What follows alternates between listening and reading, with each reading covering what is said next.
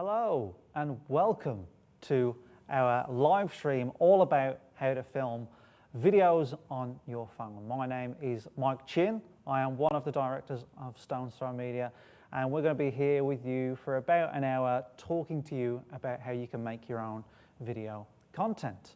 So, right, let's get to it. I've got some notes here.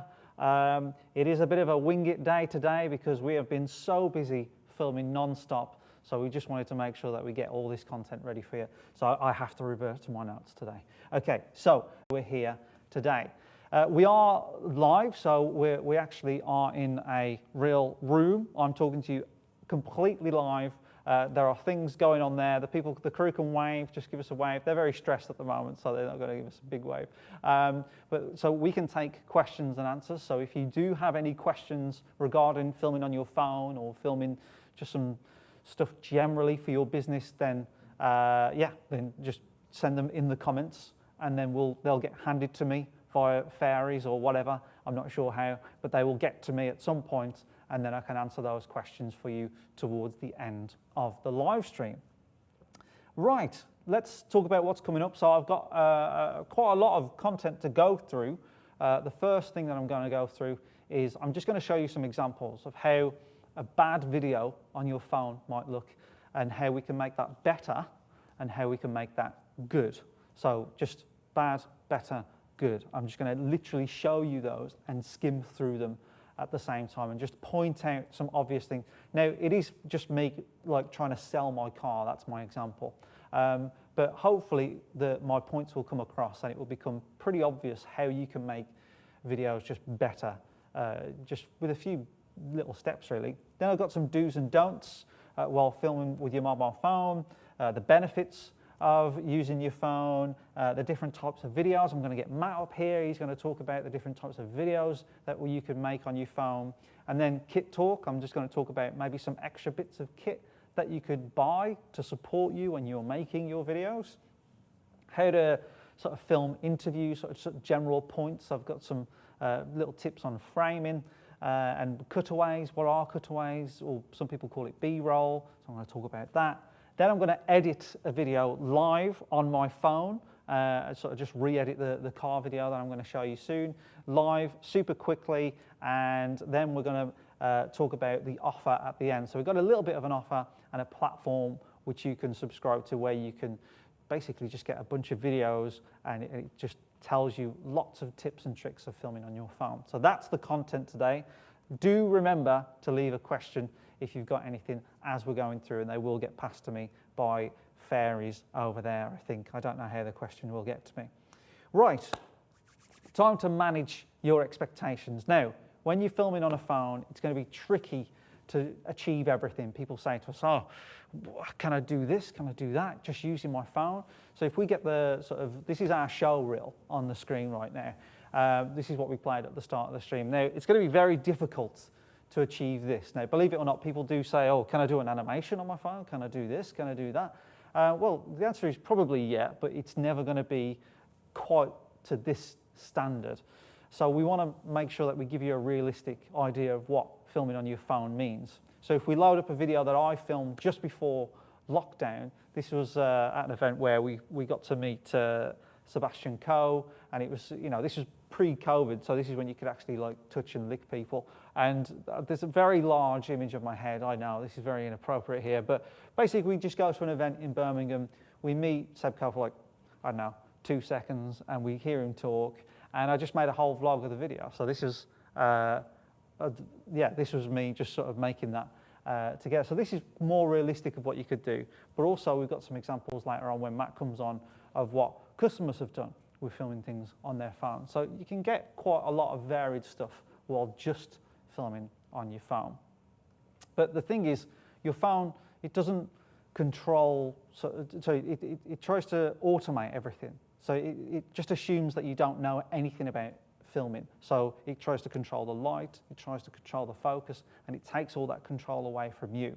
So you might be, you might be sort of familiar with some of the features on your phone, but there's one sort of feature that I haven't really talked about on any video I've ever done, and this is with the more sort of modern phones. I've got an iPhone 12 mini here. So if we'll get a close-up of it. There we go, look at that. I said close-up and it appears like magic. So on this phone, you only get 2 lenses. On Tom's phone, he's a bit more bougie than I am, so he's got 3 lenses. But what you'll see more often these days is phones with like 3 lenses, 2 lenses, and you might be thinking, well, what is that doing? I'm not quite sure why or what is going on there. So I'm going to talk to you sort of what is going on, and I've got example lenses here. Now, I feel like I'm on Blue Peter or something. This is exciting. So I've got 3 lenses, and essentially these 3 lenses are what your phone has on the back now.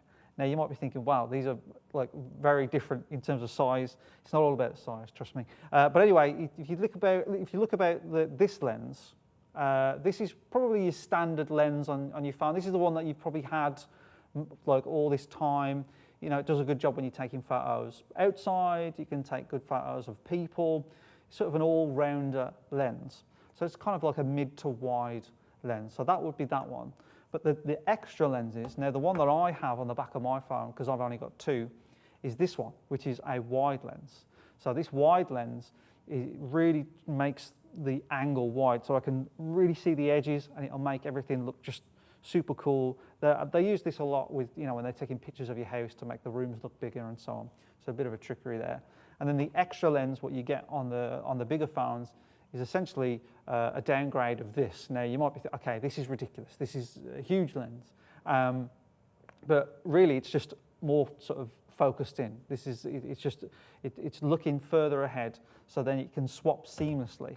Now through the magic of video, we're going to cut to my phone seamlessly. Wow! Oh my God! You're going to see it in a sec. It's going to be great. So here, this is my phone right now. And you can see Tom there panicking, making sure everything's working fine. So what's happening here, if I zoom in, if I had the 3rd lens, that extra long lens, what my phone would do, it would seamlessly swap between, I've got a lot of sort of light going into my lens, it would seamlessly swap between the mid lens and the long lens, right? And it would be better quality. On this phone I don't have it, but what happens if I go from, you can see there, from 1 to 0.5, it actually swaps cameras. There's a little bit of a glitch in the camera that you can see. It sort of snaps out of one camera and goes into another, and now I can make it super wide. You can see the whole room and how messy the room is. So that's what your phone is doing. It's doing that sort of automatically without you knowing it. It's trying to basically just take all the hard work away from you. So with these more modern phones, you can actually go a lot further with what you can do. And it's just more flexible. And I use that wide angle a lot. It's like one of my favorite angles to use while filming and also while taking photos and everything. Okay, I've lost where I am. Where am I? Here we go. I've literally lost where I am. I'm sorry. Yeah. Okay, so we're going on to benefits of using a phone. Benefits of using a phone are it's lightweight. You've always got it on you, so you never really go anywhere without your phone. You don't have to drag around a lot of kit. The problem with us is that we have so much kit to take from one room to the other. We literally have trolleys of it, and sometimes we have to do 2-3 journeys just to get our kit into the room. So if you're filming on your phone, then you can just put it in your pocket. Even if you've got a little bit more kit, it can be cumbersome. You know, if you've got a tripod or if you've got extra microphones or a stand or something, you are sort of making it a little bit harder for yourself. Not much, and we do have some kit that's really lightweight, that's really small, that you can take along with you on shoots. But if you're just using your phone, and in some of the examples that I'm going to show you next, I literally just used my phone. I didn't use anything else. So, also you can edit it on your phone. So that's another thing. You can film it on your phone, you can edit it straight on your phone. You don't have to put it on a card and then put it on a computer and then transfer it and move it over, import it, export it, all that craziness. You don't have to do any of that. And if you've got it set up, I've got Google Photos on my phone. You can have iCloud or whatever. All your videos can be stored on the cloud, so you can just delete them, because videos take a ton of memory on your phone. So if you've got it all set up, you might have to pay like, I don't know, $1.99 a month or something for the luxury of it, but it will save you a ton of stress if you're worried about losing all your precious photos. Now, we talk about do's and don'ts, and we've got some examples. So I'm going to run through this. So I've been filming my car, and I've got 3 versions. Let's pretend I want to sell my car. I left my Ferrari at home this day, and I only had my Skoda Octavia, unfortunately. But I filmed 3 videos of me selling my car. So we're going to play the bad one first, and I want you to have a look at this. Right, so this is my car that I'm selling. It's 66 plates. It's Skoda Octavia. It's got seats in it, and yeah, it's got loads of good seats. 5 of them, as you can see. Lots of room in the car. It's got that many miles on it. Yeah, it's just a good reliable car, really. And it's got 5 doors, fresh trims, so you know, I haven't done any work to them, you know, and just got loads of room in the boot, so you know, everything you need in the boot, all your shopping. So get in touch if you want to buy it. Thanks. Terrible. That was me selling my car in that video. Now you might think, oh, you're exaggerating there, Mike. No one would make a video like that and send it to you and expect you to work your magic and edit it and make it look brilliant. That's happened more often than not. So I've got the video here on my laptop, and I was just going to sort of scroll through some obvious things. Now, I mean, you are dealing with. I think I'm scratching my behind there, just to emphasise the point that I'm not very professional. But yeah, I like. For one, you can see reflections. I mean, when you're dealing with a car, you're always going to be fighting reflections. But generally, when you know, filming against a window or a mirror, it can be tricky. I've parked the car in a really awkward space, so you can't even really see the car. So it's, you know, just an awkward place. It's not showing the car in its best light. No one needs to see that. That's horrible. Could have given the car a bit of a clean. The car is dirty. It's got like clutter everywhere. It's just a mess, basically. Trust me, I staged this, by the way. This wasn't how the car was. You can see that the whole dashboard is dirty. It's just obvious, really. And then here I'm just sort of getting out the car. You can see my sexy legs, and then my keys are next to my phone. I sort of did that on purpose, but people forget that the microphone is on the phone as well. So anything that you rattle next to the phone while you're filming is just so loud. So I just wanted to make a point, and it's just all over the place. But people actually film videos like this. Yeah, just again, my dirty car. And I just threw everything I have in this boot just to emphasise that you could just tidy the boot. You know, this is simple stuff that you could do. And also, I don't really sound very enthusiastic when I'm doing this. So I've made a better version of this. Now, I haven't gone whole hog. Basically, I've just done a few things, and here's the better version of it. Maybe. Okay, so here is my car. It's a Skoda Octavia 66 plate. Comes in grey, it's got 6 gears, and it's got 39,000 miles on the clock. As you can see, it is 5-door. It's a 5-door car. It has plenty of boot space, and just to show you that it has the mileage.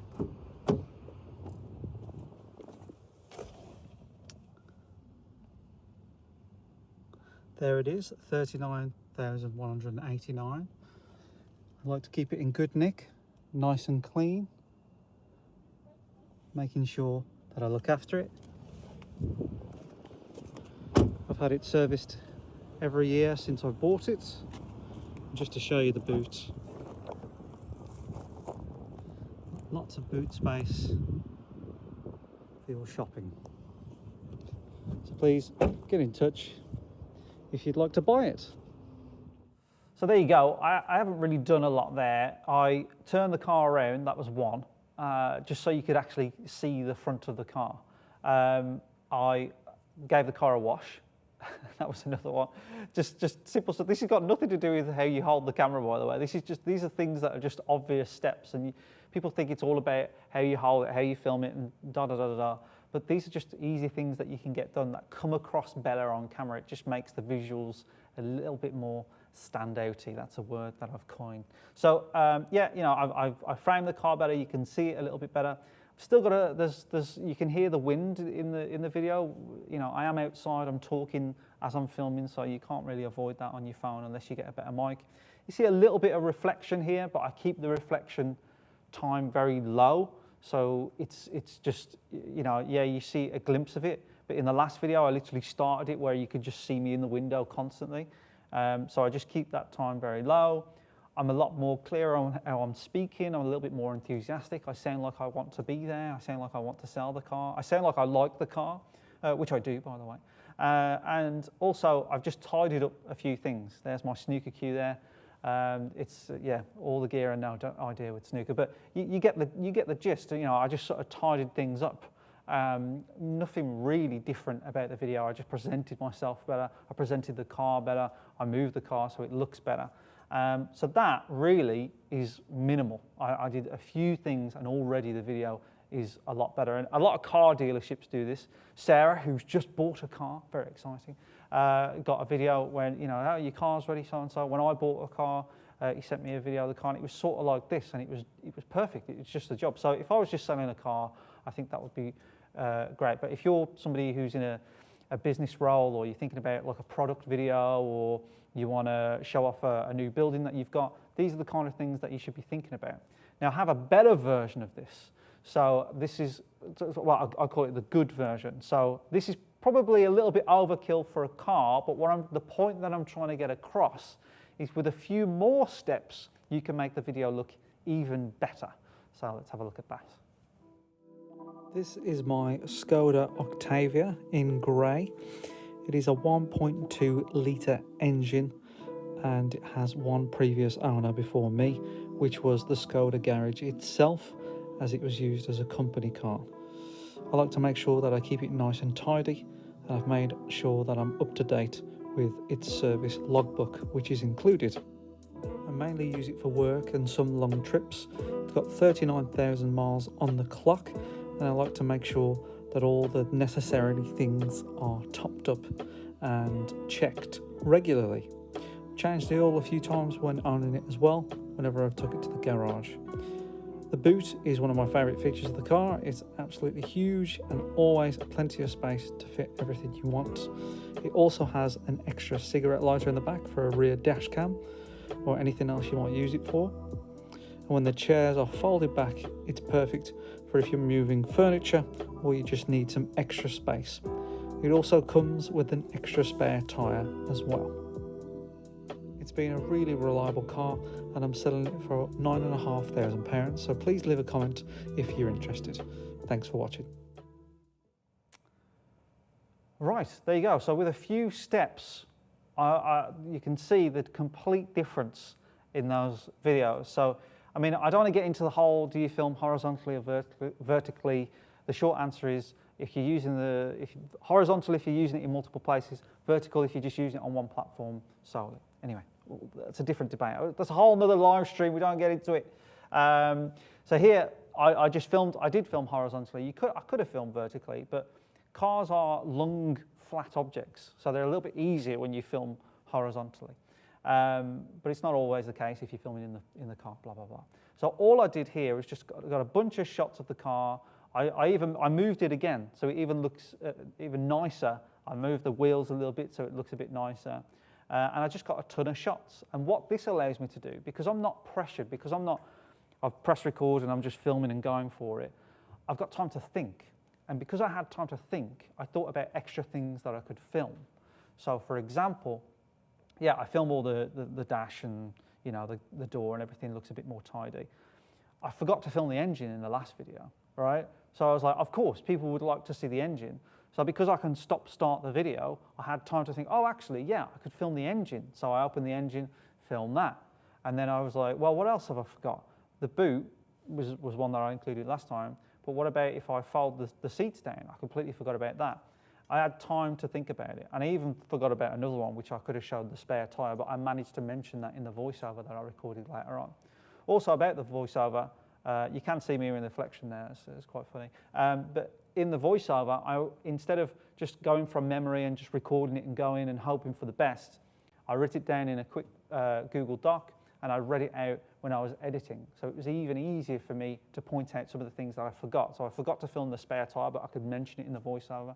I forgot to mention how big the engine was and so on, that it had different modes on it and things like that. So you can save the video, even if I forgot to film them, you can save it with the voiceover. So just more time thinking about it when you're filming cutaways, more time when you're writing the script and the voiceover. It just all came together, and actually it turned out to be quite nice. Now, if I wanted to sell my car, I'd probably just put it on Auto Trader or whatever. But my point is that if you're somebody who's in a marketing role, or if you've got your own business and you're looking to make your own videos, that should be just a drastic example of how you can vastly improve a simple task. My task was to sell the car, right? Now, you might have a new product, you might have a new thing in the warehouse or a new office space, or you might want to do some shots of the staff or whatever, but whatever it is, you can do a great job just using your phone. And I did that with no extra kit, none of this kit that we're going to talk about. I literally just got the car ready and filmed. Now, that does come with a ton of experience and practice, I'll give you that, but nothing is stopping you from getting some practice and going out there and filming it yourself. So those are some examples of that. We have got some more do's and don'ts ready to go on the screen, I think. Yes, we do. And they should even be animated, I think, Tom. We'll give it a go. So some more general tips on do's and don'ts when you're filming on your phone. So the first one is, make sure your phone is charged. I know that's a simple one, and these phones, the batteries on them can only last about 2 years. But yeah, just make sure your phone is charged. Make sure you have the kit ready as well. Pick a quiet space for interviews. So if you're filming interviews, I mean, we will go into interviews a little bit more a bit later. But you know, just if you pick a quiet space, you are going quite quick here. You're trying to hurry me along, Tom. What's going on? Plan. So for that one, I mean, I did sort of rock up pretty quickly with that car video. But if I actually thought about it, I could have just listed some of the things beforehand, filmed cutaways, got a voiceover. So I could have made the whole thing a lot more easy for me. But all this today doesn't come together overnight. Yeah, we could have done with a little bit more time planning it, but we still have to plan it. I still have to put all this together. So planning, a little bit of planning goes a long way with filming. So with the car video, I've tried to film it in a linear order. So all the cutaways I filmed in order. Now I didn't do it perfectly because I forgot about the engine, so I did that last, so I had to kind of move it in. But this helps in the editing. So I think the next slide, yeah, that doesn't relate to that. I was wrong. Sorry, Tom. But the filming in a linear order helps with the editing because you can just sort of drop it in, and it's roughly there when you're editing. I'll show you later, but it does help you out a lot. If possible, film your interviews first. So if you say you're doing a case study or something and you're visiting a customer, I would do the interview first because then you can film cutaways relating to that interview. For example, if the person says, "Oh, we've got, I don't know, a great canteen here," you could go, right, mental note, or write it down. I film the canteen. The reason why I like this building is because it's situated on the main road, or it's got great access, or wheelchair access, or whatever. Whatever they're talking about, that makes it easier for you just to think about what cutaways you're going to film. And I think that is the next point, Tom. I think. There you go. See, I thought about it. I don't know if there's any one more. Is there one more on this one, or are we going to dance? Oh, there is one more. Yeah, listen to the room. So this is when you're filming interviews, probably. People walk into rooms and go, this is going to be fine for an interview, and there's an aircon blasting, and there's a main road outside, and yeah, it can be a little bit noisy. Now, you're never going to get a perfect silent room. It's very rare that you get a perfect silent room. So just be a bit sort of, I don't know, a little bit more aware of your senses when you walk into a room, when you're doing an interview. It's just listen to the room. Is there any loud noises? Now, as I said, a bit of humming here and there, a little bit of aircon is fine, but don't film directly under the aircon or something like that. I'm only talking about aircon because it's like really hot at the moment. It'll be done soon anyway. All these aircon machines will be off. Don'ts. You got to put them up, Tom, because I can't remember them. I got no hope of remembering them. So this is one: don't look away from your phone when you're filming. So I've seen this time and time again. People are filming and then they're looking at away or they're looking at what they're supposed to be filming, and then eventually the phone goes down and they're filming their feet and no one wants to see it. Well, some people do, but they're strange. Okay, next, don't. Worry about cleaning the whole room. So this has happened to us before where we film something, so we're doing an interview, and a standard interview, you know, you've seen the person's face or shoulders, maybe a bit of the background. I've had people cleaning desks, hoovering the carpet. We're not going to see any of that. Just worry about what you can actually see on the frame before you start, you know, cleaning the whole room. Overfilm everything. A lot of people do this. We've been guilty of this sometimes. You know, you can overfilm stuff sometimes and just think that you haven't got enough, and then all of a sudden when you come to the editing, it becomes this huge task, and you start panicking and go, oh God, I've got all this to edit. So film it, check it if you have to, move on. So with that car video, it was just super simple. I think I had one shot that I didn't use. I just sort of got bam, bam, bam, bam, and I was done. So it was very, very easy for me to edit. Don't assume you can fix it in editing. Oh my God, Lord have mercy. The amount of times people think that you can fix things in editing because they're getting lazy when they're, you know, when it's time to film stuff. You know, they can't be bothered to move that. They can't be bothered to, you know, put on a nice shirt or whatever it is. Just film it as best you can, and just don't assume that you can fix it in editing. Yes, you can fix some things, but try and get it right. Don't feel silly. Don't feel silly.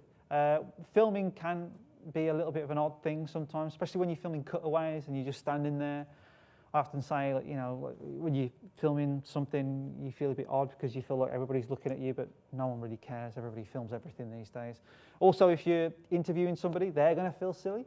So, you know, you've got to make sure that they're at rest, and you might feel silly, and it might be a silly situation, but that's just normal. You get over that and you move on. Right, talking of moving on, I'm a little bit lonely up here, and we need to bring somebody up. So we've got Matthew Weston here. Hello, Matthew. Do we have an applause or not? Oh, I don't know. I was hoping for like entry music. Oh, look, we've got an applause. Oh. I didn't get an applause. No, like when you come on in the darts or the snooker, I was hoping for some music. Yeah, exactly. Yeah. My old man's a bin man. I think we should have played. Right, Matthew. We're going to talk about different types of videos. Now I'm going to seamlessly click onto the link that you sent me, so we have notes here. So Matt's going to tell us about some of the videos that maybe you could be making. You think, oh, this is all well and good, this is fine, but well, what can I make? What types of videos can I get into? So give us a go, Matt. We've got case studies, testimonials, things like that. I think that's the key, isn't it? I think there's two big fears when people are making videos. Probably the first one is, how do you do it? And you've been kind of going through all that, and what are the pitfalls and all that. But then the second one is like what to make, as you say. So here's a few kind of little ideas. It's probably nothing groundbreaking, but it might just get your thoughts going about what could be relevant in your organisation. So as Mike says, case studies / testimonials is kind of what I've said on my notes. But you know, nobody says it better than your customer. So you know, getting authentic reviews of what you've done or the work that you've done, and hearing from people that maybe you've made an impact with your service or your product will go so much further than just you saying it yourself.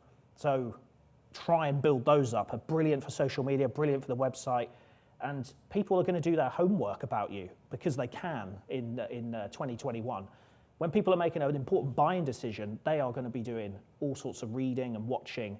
So you better have those kind of things in place, because if you don't, and you know, people will look at competitors. We like to think we're the only ones in the world that are going to be looking at for this particular service or product, but the reality is people will be doing their homework, and you know, sometimes they could spend a good couple of hours before they even make a decision to get in touch. So case studies and testimonials is a really important one. We've got explainer videos, Matt? Explainer videos. So explaining what your product or service does or what it is. That's huge as well, because if people can understand how it works, maybe the process, they can have a bit of confidence that you've really thought about this and you've got a way of getting clearly from A to B. It might all seem really obvious to you, but the customers, they might be buying your product or service just once in a while, so it's not obvious to them at all. So really break it down, keep it simple, and just talk them through how do you do it. And again, it's building that trust, building that confidence in people. So I got here, meet the team, and I suppose people sometimes think, well, meet the team, is anyone going to be interested in that? But I beg to differ, I suppose.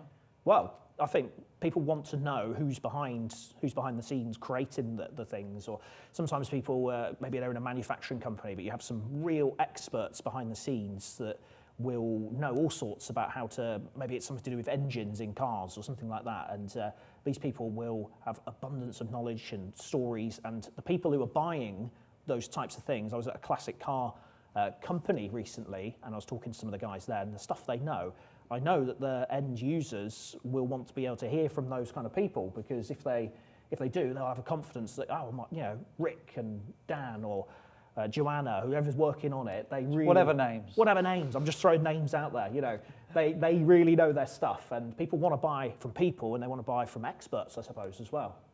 So we got CSR. Now CSR. That reminds me of uni. Who was at uni? And all the lecturers were like, right, we're going to talk about CSR. And I'm like, I don't know what CSR is. And you're just scared to ask at this point. So I'm like 3 modules in. Does anybody know what CSR is? But what is CSR? CSR. So corporate social responsibility. If you didn't know that, and doing good things in the community. I think a lot of businesses do this, and they want to give back, and they probably do a lot of things that you might not even consider it. So for us, our big one, in normal times at least anyway, is doing work experience and placements, things like that. Some companies we work with, like house builders, they realise they're going and disrupting communities sometimes. So for them, it's about trying to give back to that community, making it carbon neutral. Maybe they'll go and plant 100 new trees. Maybe they'll go and help a local hospital and try and spruce it up so that that's up to standard. All those kind of things that go on, shining a light on that's really important, and they can be useful in many ways. It can come up in social media, it can come up on your website, and people just, again, doing their homework. But you think of times when you might be going in for tenders, so many of the big procurers are looking for things that are giving back social value. So if they can see that in your bid, that's a really good thing. And again, you're bringing it to life in video rather than just saying it. You're kind of giving yourself a little boost on those things. I believe in the 1% and the micro improvements. Don't get me started. He's always going on about the 1%. So I mean, we do CSR videos as well, don't we? We've done, because when you think about it, we're not a manufacturing company, so we're not like, I suppose it's a little bit easy to pick on CSR subjects like your carbon footprint and da da da da. I mean, with us, we're a video production and animation company, so what's our CSR? And for us, it's about, just talking about the work experience we offer, making sure that we're doing our bit for the community and so on. So even if you think you don't have an angle on CSR, well, you could, maybe you just haven't quite thought about it yet. Definitely. I've also got behind the scenes, Matthew. Yeah, behind the scenes, just generally showing what's actually going on. How does your product or service come to life? What's the day in the life of, maybe it's a bolt, there's the kind of thing that you create or something, and if you're looking for inspiration, people like Red Bull are quite good at this. How does this one little component get from kind of just a little block of metal into being this nicely manufactured component that ends up in a Formula 1 car or something like that? Showing how it does what it does for your customers. So I think people just love to see how is it made, what goes on, and it's a great way of showing off sometimes. If you're a British company, a lot of customers like to know this is British made. It's made by people here. I mean, for us, so in theory, you could hire animators from the likes of the Philippines, and that's fine. That's got its place. But we like to say things that, well, our animators and our team are all in-house and they're here. So when people can see that, I think it just subliminally builds up that little bit of trust, and it's similar for other organisations. You can say, this is British manufacturing. It's got that kind of stamp of approval, and it's all done here. It's not things that are done on the cheap in another country somewhere else. You're buying into the quality, so it's a great way of showing those types of things, but without having to say it as well. So there's a lot there. There's a lot of things. So what would you pick on first, do you reckon? If you want to know, I know it depends on the type of business or whatever, but what would you say to someone who's like, well, which one am I going to do first? Probably your quickest ones you could go with is your testimonials, I'd say. And if people are still a bit iffy about meeting up or allowing you to film them, you could ask them to send something in, or you could record something like a Zoom call. I think people can look past that and they can see the authenticity of it. It doesn't always have to be super polished. I think just getting the content is really important, but you could guide them. You could be that person of like the quality control to try and get that. But I'd say that's a great starting point. But I don't think I've got onto my meaty topic yet. No, I was just going to say, like, you know, it can be hard though, like asking your customers. I mean, we always ask our customers for feedback, and it is hard because they're busy. You know, it's not their core function of what makes their business money or whatever. So if they do it, you've got to be super grateful when they do it. So coffee works, chocolates work. Some flowers in the post. You just remember that these are people. They like little things like that. Not bribery, but just a thank you, really. Just saying, look, you know, you've taken the time out to give me some feedback. Here's a coffee, I appreciate it, whatever. So just think about the human element as well. These are people taking a lot of time out of their busy day to talk about your business. So if you can get just 2 or 3 of those, quick and easy, I mean, it speaks volumes. Yeah, maybe another way as well, if you can't always get interviews with people, because they're obviously going to be harder to get, you might get a small amount of them, but why not take written reviews and turn them into some sort of video format, so they become maybe they're GIFs or they're 10, 15-second videos just showing what people have said.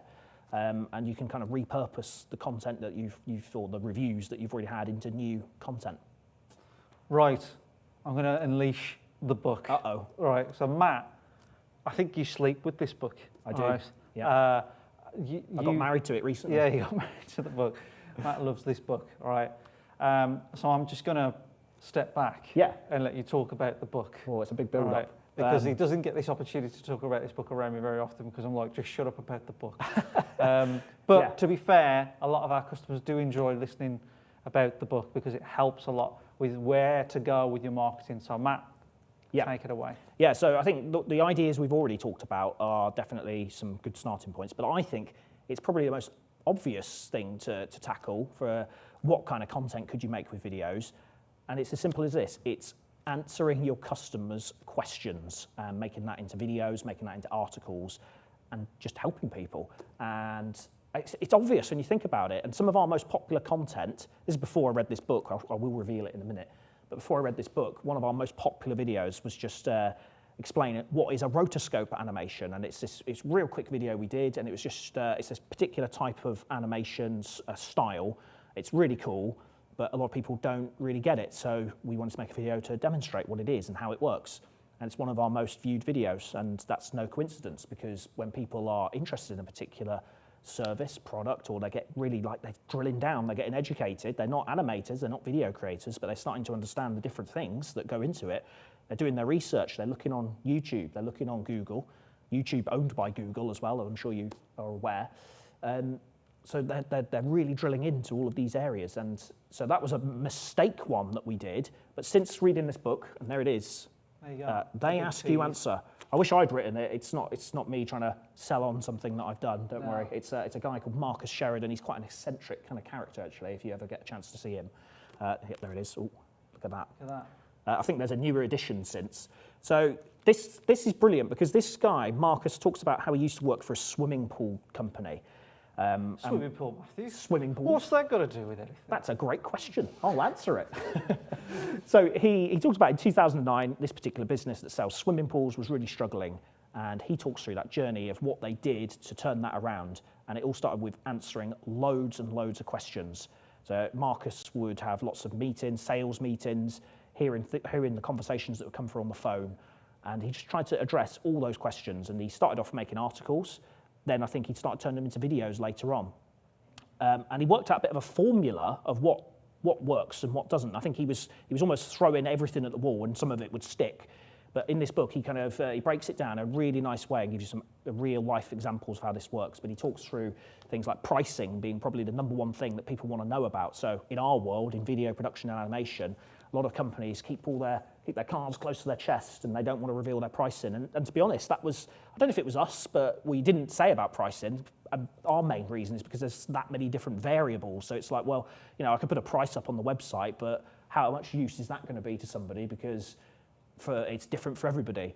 However, what Marcus talks about is, well, if that's the case, be the one to address it. So we've made multiple videos and articles. We have a section talking about pricing now, just to give people a feel for what it's going to be. It doesn't need to be a big secret. Let's not worry about competitors seeing it. Who cares? There's that many customers out there that, yeah, there's enough work for everybody. But we want to inform our customers to to know what it's going to be and how much it might cost and what are the variables. He talks about other areas which are problems. Yeah. So what was the example I've put down there? The problem. How do I upload a video to LinkedIn? How do I add subtitles files? How does After Effects work or things like that? So yeah, we got a video on our YouTube channel. I made it years ago now, didn't I? Yep. But my thing about it when I made it was to make it really quick, like to make it a really short video, because I remember I was trying to look at tutorials on YouTube and they had like a 15-second intro, then it was like a shout out to their best mates, right? Then it was like the reason why I'm making this video. It was like an epilogue. Like, ends up being like 10 minutes for the sake of it. The top comment is click here, 7 minutes in for the tutorial, right? So my big thing was it's a bit of an in joke now, but it's basically this thing called easy ease in After Effects. It's such a simple thing, but when you don't know it, it's hard to know where it is. So I made this video and I just made it super quick as I possibly can, and that has got 154,000 views. Wow. As we speak now. Yes. I mean, not all of our videos get that level of viewership, if you like, but they do tend to pick up at least 30, 40, 50 views. Some of them go into the hundreds and thousands. Hundreds and thousands, they're good, aren't they? But yeah, the section that he talks about there, so pricing, number one. Secondly, addressing problems. So for us, how do I do this? How do I get my subtitle file online? How do I even upload a video to YouTube? There's bound to be loads of questions that your team get asked like on a daily basis. Turning those into pieces of content is great, because then guess what? People can discover it. And when they discover it, people are typing these things into YouTube, into Google. You might come up, you might have a potential customer there, or if not, you've helped somebody. But it's going to help boost your website up with useful content. And the great thing is when you end up in sales conversations, I've got a video about that because there's an article about that already. So you get that nice consistent message, and then the customer's like, wow, you've already got something to show me. You guys have done this before. Yeah, I think the thing that I sort of realised, I suppose, is every business, you know your own business so well. So for us to upload a video to LinkedIn or to YouTube, or what's a thumbnail, or what's an SRT file, we all know this, right? But you've just got to remember that your customer doesn't do this every day. So whatever your business is, and we have to do this a lot, we have to go into businesses, we have to go into different businesses and learn their jargon, their terminology, and they just say things assuming that we know them. So you've just got to remember, what does your customer actually know? And for us, I was surprised at how many of our customers don't know how to upload a video to YouTube. Yep. Just the simplest thing. But you don't do it every day, like because they don't do it. So yeah, you just have to step back a bit and go, actually, what do the customers know or want to know? And the next kind of topic, I believe, is versus and comparisons, isn't it? Mm-hmm. Yeah, so again, addressing topics like, so someone's considering making a piece of marketing material, but should I make a video, as in film something, or should I animate it? So it's a good question to try and address. I was talking to one of our customers recently, and what they do is this spray foam insulation. So they go into fascinating stuff. Fascinating. I've learned all about it. That's what happens with what we do. You find out about all sorts of topics. Right. Anyway, what they do is they go into people's lofts and they put in this kind of spray foam type thing. It expands and it reduces loss of heat. All this kind of clever stuff. But there's two different types of this product that you can get, and I don't know if I'm saying this right, but I believe it's Isinine and Apollo is the two kind of lead creators of it. So I was talking to the customer saying, well, why don't we make a piece of content around Isinine versus Apollo? Because from their point of view, I believe they supply both, so it doesn't actually make any difference to them. But by addressing that, customers out there or people thinking about investing in this spray foam insulation, they're going to be Googling it. What should I get? Is it Apollo? Is it Isinine? Well, how does it work? Yeah, you start addressing all this, people will discover it. I'm getting this motion from Tom. Means shut up. Which means hurry up. Move on. Yeah. Because I think I'm almost wrapped up. Well, we are running a bit long. I think it's like 10 to 1. We said this was going to be an hour. So for the people watching, this might run a little bit long. So if you've got some questions, I don't know if there's any questions, Ed. Sorry, question fairy. Ed will bring them over in a bit. But do you want to wrap it up, Matt? Yeah, I'll just wrap it up. I mean, so there are some other sections that Marcus talks about, which I won't go into now because of time. But I would recommend this book. You can pick it up off of Amazon for £10 or £15. I think there's an audio book as well. It will really simplify it and give you a bit of a content strategy. And then what we did as a team was we sat down and thought, well, what questions do we get asked? And we spent 2 or 3 hours doing this as a team, and we come up with around 200 questions, and that's after filtering it. We're working our way through it still, and there's plenty, and there's always more. There's more questions people ask, so you're like, oh, another one for the list. So it's a never-ending kind of thing. But there you go. There you go. There you go. You love that book. I do like that book. Right. Thanks, Matt. Thanks, I'm everybody. Kick him off the stage. Bye all. Get off. Get off my stage. Ed, do we have questions? All right, Ed's going to bring some questions over. Just because we're running a little bit long, so I'll just keep going. But I figured, Tom, probably a good idea just to do some questions now. Yeah, 1 or 2. He's giving me the 1 or 2. I think it was 2. It could have been a symbol for something else. Which ones am I reading, Ed? Top ones. Top ones. Right. How long should a smartphone video content be? Or yeah, how long should you're writing, Ed. How long should a video be on your phone? Well, it depends on the subject, I suppose. It could be a minute long. That car video was about a minute long. I mean, shorter the better, I would say. But if it's more for educational purposes, if you're training someone, then I would probably, go on a little bit longer because you've got their attention.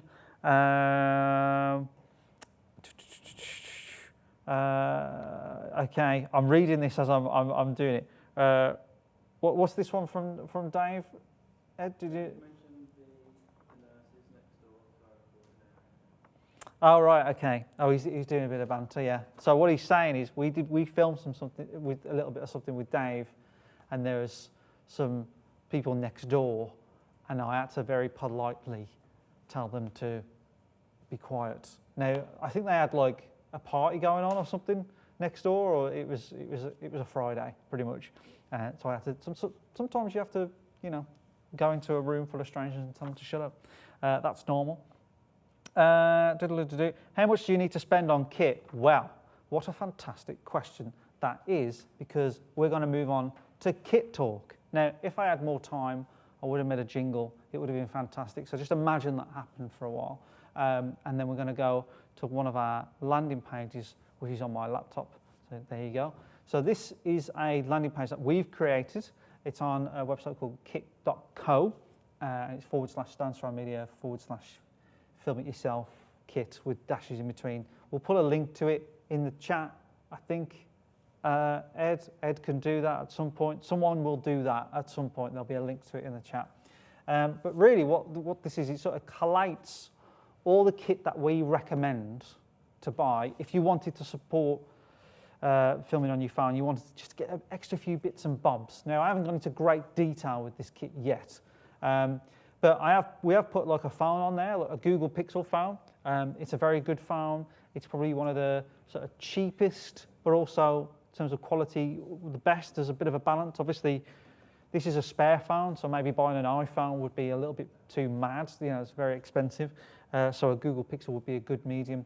There might be a newer version. I think 4A is actually the newest version at the moment.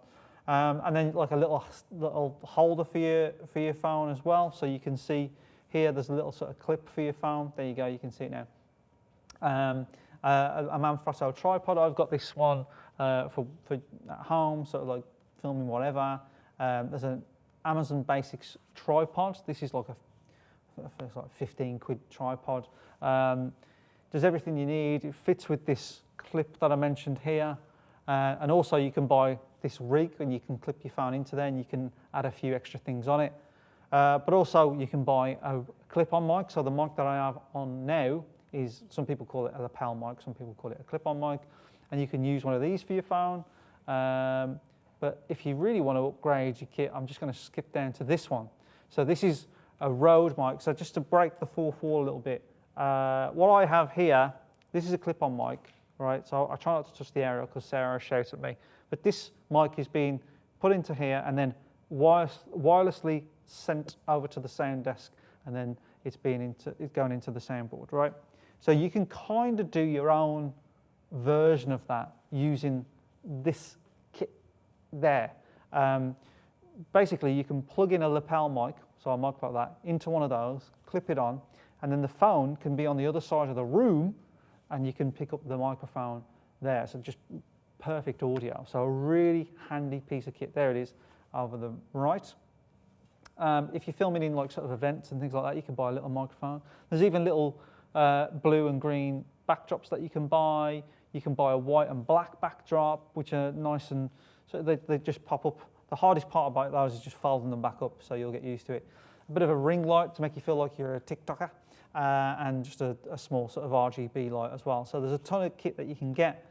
We also have an extra sort of landing page if you want to upgrade it a little bit, if you want to use a DSLR, which is a slightly more fancier camera. But with that, mo kit, mo problems. Okay, so we're just trying to talk about the phone here. I think we're done with the kit talk, Tom. So we'll go back to the logo there. Lovely. So you won't have to see my notes. Great. Okay, let's talk about filming interviews. So interviews can be tricky because you're filming an actual person. You want to make sure that they're prepared. So what I do is I usually have about 3 questions ready when I'm interviewing a person. Some people, when we're doing interviews, they write 20 questions, and that's ridiculous because you don't need that long of a video, really. Just think about 3. I'll allow 5, 3 to 5 good questions that you think those questions will draw the answers out. So if I want this person to talk about how slick their manufacturing service is, or how efficient their manufacturing process is, I say, tell us about your manufacturing process and how slick it is. So I put the words in there, ask them to repeat the question and the answer, and then let them go and hopefully get the answer from it. So yeah, I mean, it can be tricky. A lot of my time, actually, when we're interviewing people is calming the person down, because if you've ever been on front of camera, right, like me right now, or if you've ever had to do an interview for camera, it is a really, really difficult task to do. It is hard. It's out of people's comfort zones. We've seen people drip of sweat, get nervous, walk off, not refuse to do it, all sorts of stuff. So it can be really, really hard to do. So just appreciate that they're actually just sitting in the chair in front of the camera for you, because it is difficult. What else have we got? Blah, blah, blah. Okay, we've got framing. Now I've got a slide here, and I picked on poor Ed. I took a few pictures of Ed before the live stream, and I'm going to bring them up one by one, and I'm just going to talk to you about framing. Now, what I mean by framing is what is literally in the frame. So this frame here that you're looking at now, you can see me, you can see a little bit of my laptop, you can see the TV, but you can't see what's over there, and you don't really want to see what's over there because it's all a mess here. It's all a mess. There's wires there. But what matters really is what's in this frame. So when I talk about framing here, if I was filming Ed for an interview, now we sort of just ignore the background a little bit for this because I took them very quickly before the stream. We want to focus on Ed. We want to make sure that we can see Ed's head. Sorry, Ed. And it's not a very good frame because I've chopped off the most of his head there. He's sort of on the side here. It's not very good. So let's try again. Let's see the next one. Now we've got too much of his head. Can you have a different name, Ed? This is really confusing. I have to say Ed and then head. Frank, okay. So we got Frank here, and now you can see too much of him, and there's too much gap on the left, right? So I'm just pointing to it here. So there's too much gap on the left. So that is tricky because you know, it kind of looks like he's not talking to the camera or talking to someone off the camera. It looks like he's just looking somewhere else, to be honest. So it's all about spacing and what is around the frame. A lot of people get this wrong, and it takes a few bits of practice to get it right. Let's get up the third one. So here there's too much space above his head, right? Now, yeah, he looks like he's dead inside. I know that, but let's just an example. But there's too much space above his head. It just looks a bit off and a bit odd. Not you, Ed. You're fine. And then the fourth one, Frank. Yeah, sorry. So here, even though again He looks like he's not sure about what's going on. The spacing and the framing is bang on here. So we have enough space above his head. Oh my God, that's difficult. We have a gap to the right because he's looking towards that direction because he's sort of talking just off camera.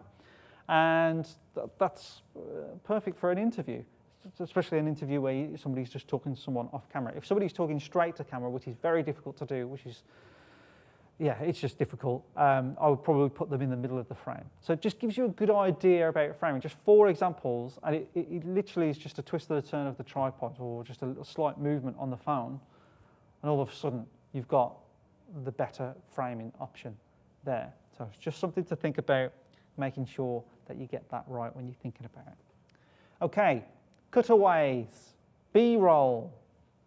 We've got a video to play here. So this is just the car video again. This is the last one. And essentially, people say, oh, what are cutaways or B-roll? It's the same thing, first of all. We always say cutaways, but B-roll is the same thing. It's just shots, put together. So I'm talking about my car in that video. So every shot I get of my car is a cutaway of my car. Now you can have a cutaway of the door, you can have a cutaway of the back seats, and la-da-da-da-da. But really, that's all they are. This video was composed of cutaways, just non-stop. Now that was just a style choice, but you get the idea. And cutaways, when I film cutaways, I generally try and make sure that they're about 10 seconds long. When I was actually being trained and did sort of video production when growing up, I was actually told to do 30 seconds for cutaways, which in the broadcast world and professional production world is probably about right. But if you're filming on your phone, 10 seconds is enough. And 10 seconds feels like a long time when you're holding a camera. So yeah, just be mindful because you might need that extra couple of seconds either way of that clip for the editing process. So it's really useful just to make sure that you don't film like 2-3 second cutaways. They're no good to you or to anyone. So make sure you film nice long cutaways because it's useful in the edits. Yeah, and make sure they're relevant as well. If we're doing a case study or something and you're just filming something completely different, and also sometimes people get carried away and they tend to gravitate to something that maybe looks a little bit more attractive or is just a little bit cooler, but it has nothing to do with the video or anything that you focused on. Might not be a good cutaway, might be a good general cutaway. Just think about if it's relevant to the video, if it's actually adding any value to the video. So just make sure that you plan ahead. So that was a little bit about cutaways. I haven't gone into a ton of detail, but please ask any questions in the chat or just talk to Ed in the chat, he's lonely, if you want to. So now what I'm going to do, by the magic of television and video, is I'm going to do a bit of a quick live edit. Now, whether this is going to work or not, I'm struggling to get it to work. We'll never know. But I've got some editing software on my phone ready to go. There it is. Look at that. Wow. And this is actually my phone right now, just to prove. There it is. That's my phone, right? I like this editing app. It's just an app that I downloaded on my phone. It's called, I think it's pronounced KineMaster. I've always called it KineMaster. I think it's KineMaster. I have no idea. I would say Kine. Wouldn't you, Tom? Yeah. I'd say Kine. Any human being would say Kine, but it's Kine apparently. So this is KineMaster, and I'm just going to very quickly, so I'm not really showing you how to do it per se. I'm not giving you a tutorial, but I'm just going to show you sort of how quickly it can be done. So I'm going to create a new project. So I've just clicked on New Project. For this one, I'm choosing, so the aspect ratio is just the size of the video. So 16:9 is the default, and that is what I'm going to click. That's like sort of the average sort of video sort of size. That's what this TV is, 16:9. Now click on Media, and then select All, and then I'm just going to click on these little bits of video, if I can remember the order that I filmed them in. It's roughly about this. So all I've done is I've just clicked on, this is the first video that I filmed for this last video, and I just clicked on each one, and it just put them in the bottom. This is the timeline here. So click the tick button, and now all I'm doing is scrolling through. So I'm just scrolling through all my footage, And now the task is to make sure, so you'll see now, if I just play this raw, this is quite a long cutaway. So I start from the top down, and then I go right a little bit, and then I go left a little bit, and you can see that I didn't include all of this in that video that I showed you. So really, it's just about cropping that out. So I quite like the bit that I like is when I start from, I think this is what I did. I start from there, I click that clip, I trim it. Again, I'm not going into massive detail because we've got ways of showing you this. We've got a whole platform where I show you how to do this. So I'll tell you a little bit more about that in a minute. But pretty much I just go through it. I go, yeah, that's good enough, brilliant. And I trim that up, nice. Then I move on to the next one, pick a spot where I think it looks good. And then trim that, done. I'm doing this, right, I'll get rid of this one because I didn't really like it that much. Right, okay, back seat, you get the idea, done. Let's get rid of the folding chairs.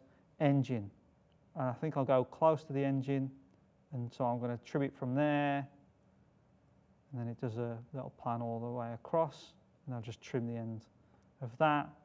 Show the boot space, trim the end of that, and then maybe I include this one. Oh yeah, you might recognise this clip where you see my reflection in the back. Bam, bam, bam, bam. Right, and very quickly there, I mean, I've knocked it together pretty quick. That should be the gist of what that car video I showed you is. So I don't know how long that took me. I mean, I did do it pretty quick, to be fair, and there's some clips that are probably missed out. But you get the idea. That didn't take me a long time to do. Yes, I've had a lot of practice. But already, this would be miles ahead of what other people will be doing in terms of making video. So if I wanted to sell my car, this would, I could probably knock this together, put a voiceover on it. So if I wanted to put a voiceover, I could just click that record button, take it back to the start, and just record my voice straight into the phone. No fuss. You can even add titles onto this.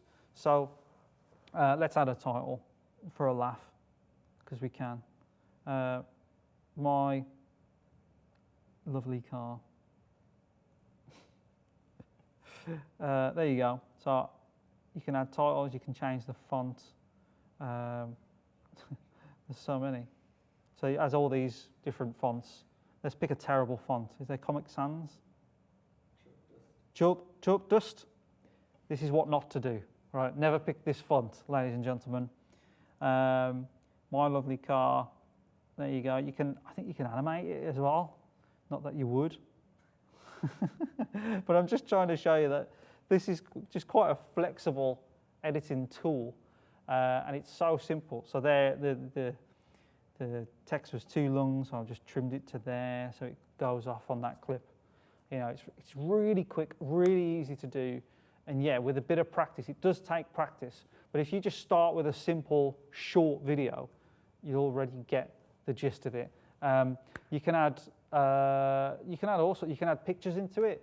You can even download a bit of music. So the music that I used on that last video was just me clicking on audio, and then you go into it. Now, there is a free version and a paid for version. The paid for version is like 40 quid a year, and I use this quite a lot. And I have access to, the whole Adobe suite and Final Cut Pro, and I still paid for this because it's just so useful to have on your phone if I want to just knock a few videos together, or just even put this together, or sometimes I put together like family videos and whatnot. So it's just a really, really nice editing app for your phone. Simple as that. Good. Get rid of it, Tom. Get rid of it. Right. Now, I have to do a bit of bowjiggery. Tom, Ed, ask me a question. Is there any more questions? What did I not say? He wasn't ready for that, by the way. We've gone to the wide, so you don't see me like panicking. I think we're on the slides, Tom, just the office slide there. So, Ed, any questions? No, it's that paper that I threw down. I'm so sorry. I just threw it on the ground. But if you do have any questions, just put them in the chat and I'll answer them very quickly. So we've got this whole platform. I mentioned this when I was just talking about the editing, and we've called it YouShoot. Now, what it is just a whole suite of videos that you can gain access to it via a monthly subscription, and it's just more of me, basically just talking through in huge detail of how to film, frame stuff, edit, and I go through the whole editing. That what I just did there was like 5 minutes compared to, I think, how long is the actual video where I'm talking about editing? 20 minutes, yeah, 20 minutes, 25 minutes, something where I'm just going through massive detail how I edit a video on that KineMaster. I actually call it KineMaster for the whole series.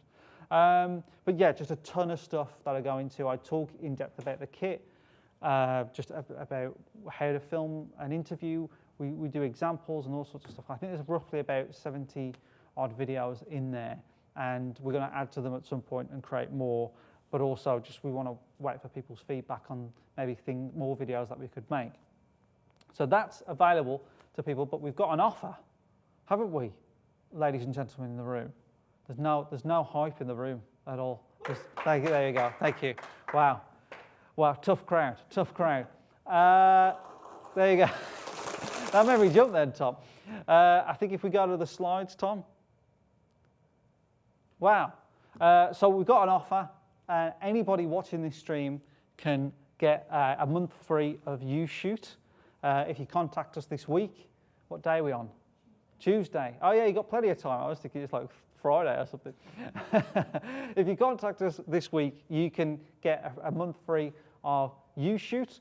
By all means, you don't have to. It's fine. But if you just wanted to get in touch, because we also this isn't part of the offer, by the way. This is separate. But we also offer sort of teaching. We can teach this stuff one-to-one or as a group. So if there's a few people in the business that you want to sort of show them or get them to learn how to create some videos themselves, then I can do it over Zoom, or I can come actually into your business and do it there, or you can come to us, whatever's easier. Or if you just want to get in contact, if you just want to get some questions to us, if you want to get in touch, or I haven't mentioned something on this live stream that you think, I would have really liked to know that. I mean, you should have left a question really, but you've not. So what am I supposed to do? Oh, have we got a question, Ed? No. Well, we did have questions, but I just threw them on the ground. So, what can you do? Okay, I think that concludes our live stream. Is there anything else that I've missed, ladies and gents, before we go? No? Lovely stuff. I think that's my cue to leave. Thank you so much for watching us this afternoon. Enjoy the rest of your day. That's our live stream. Thank you very much.